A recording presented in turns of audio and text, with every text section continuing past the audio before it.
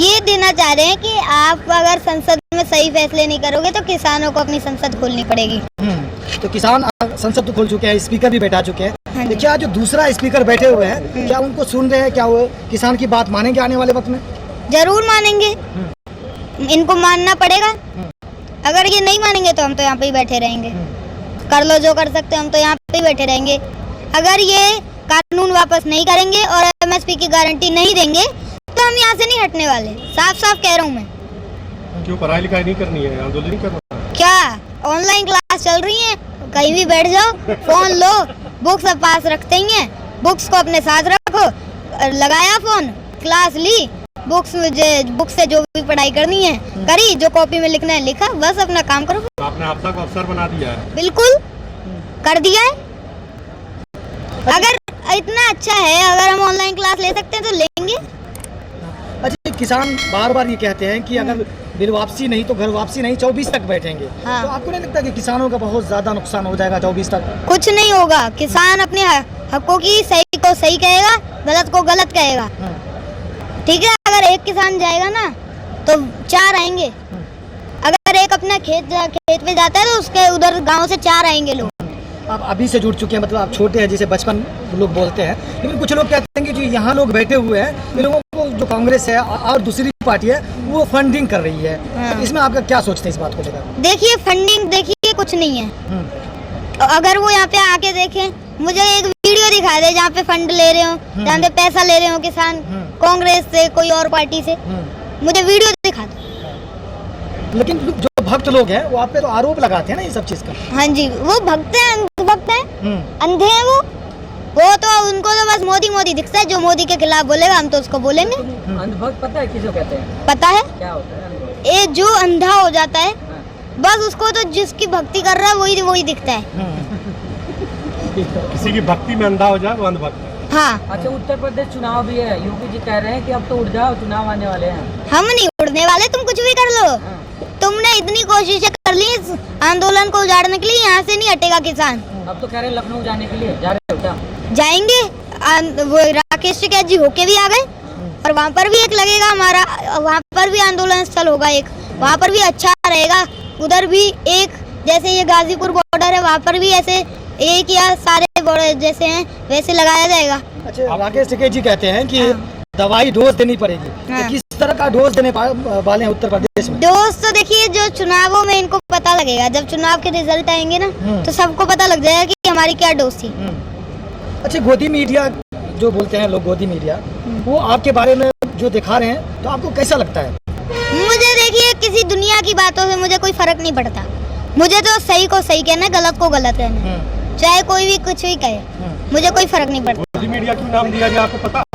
पता है, क्योंकि वो गोद लिए हुए हैं नरेंद्र मोदी जी के। जो गोद लेता है उसको ही वो ही सारा कुछ संभालता है। तो फिर ऐसा नहीं कहा जा सकता जैसे कि सारे किसानों को राकेश टिकैत जी ने गोद ले लिया? देखिए, राकेश टिकैत जी भी एक किसान है और ये सारे किसान नेता हैं, जितने भी यहाँ पे किसान है ना, सारे किसान नेता हैं, इसलिए ऐसे ना कहा जाए। वो भी हमारे साथ है, वो भी अपने बस हकों की लड़ाई लड़ रहे हैं। बस वो है कि थोड़ा दौरे करते हैं, जगहों पे जाते हैं।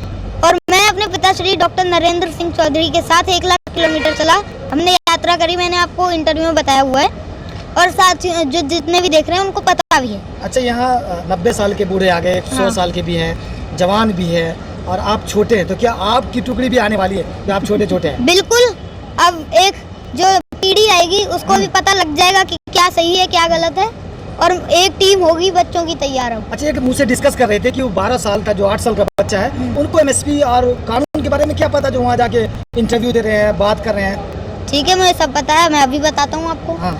देखिए, जो सबसे पहला कानून है वो मंडी को लेकर है, और जो दूसरा कानून है स्टोरेज को लेकर है, और जो तीसरा कानून है वो कॉन्ट्रैक्ट फार्मिंग को लेकर है। ठीक है, अब मैं कानून बताऊंगा। किसान नहीं, किसान का बच्चा बताए। हाँ, तो क्या हो गया, मैं भी एक किसान हूँ ना, तो बता रहा हूँ ना, अभी बता रहा हूँ। पर बीच में कोई भी, जितने ही पत्रकार हैं यहाँ पे, कोई भी टोकेगा नहीं बीच में, बिल्कुल भी नहीं टोकना, बिल्कुल भी डिस्टर्ब नहीं करेगा। ठीक है। देखिए, अभी मैंने आपको सारे कानून गिना दिए, अब इनके पॉइंट गिना देता हूँ। ठीक है, सबसे पहला कानून था मंडी को लेकर। अब देखिए, इन्होंने कहा है ऑल ओवर इंडिया में तुम अपनी फसल कहीं भी बेच सकते हो जहाँ पे अच्छी रेट मिले। ठीक है, इसलिए अब ये वो किसान जो है वो सबसे पहले गाड़ी करेगा किराए पे, फिर रास्ते में उसको डीजल देगा, डीजल भरवाएगा उसका खर्चा, फिर रास्ते में टोल देगा, ठीक है, और उसका इतना तो खर्चा हो जाएगा जितना उसका प्रॉफिट नहीं होगा। इसलिए चाहिए कि पास की मंडी मजबूत करी जाए और एमएसपी की गारंटी दी जाए, जिससे अच्छे सही रेट मिलेंगे, जो तय रेट है उस पे मिलेगा। और अगर देखिए जो वो बेचारा, उसको शहर का रास्ता अच्छे से पता नहीं होता, वो कहाँ घूमता फिरेगा कि कहाँ पे अच्छी रेट मिल रही है। अब सीधा कॉन्ट्रैक्ट फार्मिंग बताइए ना, कॉन्ट्रैक्ट फार्मिंग में क्या लो? मैं सब कुछ बता रहा हूँ ना, पूरे कानून बता रहा हूँ, टोकी मत बीच में। अब आप कोई भी नहीं बोलेगा बीच में, पहले मेरी बात पूरी होगी, ठीक है। अब दूसरा कानून है स्टोरेज को लेकर। स्टोरेज देखिए, पहले एक लिमिट थी कि इतना आप स्टोर कर सकते हैं, अब वो लिमिट हटा दी गई है। अब कहते हैं कि आप जितना मर्जी जाए स्टोर कर सकते हैं। ना आपके पास इतना पैसा है, ना मेरे पास है, ना आम आदमी के पास इतना पैसा है कि वो पूरा सारी फसल स्टोर कर ले। तो ये किसके पास है इतना पैसा? बड़े बड़े उद्योगपतियों के पास। वो जब सारे गोदामों में स्टोर कर लेंगे, वो जब चाहेंगे उसको खोलेंगे, जब चाहे बंद करेंगे, फिर भूख की बोली लगेगी। जैसे शैम्पू के पैकेटों में मिलता है ना, वो शैम्पू 1-1 रुपए का, 2-2 रुपए का, ऐसे बिकेगा। फिर आटा ऐसे बिकेगी चीजें किसान की उगाई हुई। अब देखिए, अब मैं कॉन्ट्रैक्ट फार्मिंग का बताता हूँ। अब जो कंपनी है और एक जैसे किसान है, इन दोनों के बीच में कॉन्ट्रैक्ट होगा एक, और उस जो कागज होगा उसमें लिखा होगा कि जो आपकी रेट की, जो फसल की आपकी रेट तय है उस पे आपको मिलेगा, आपकी फसल बेचेंगे उस पे मिलेगा आपको, ठीक है।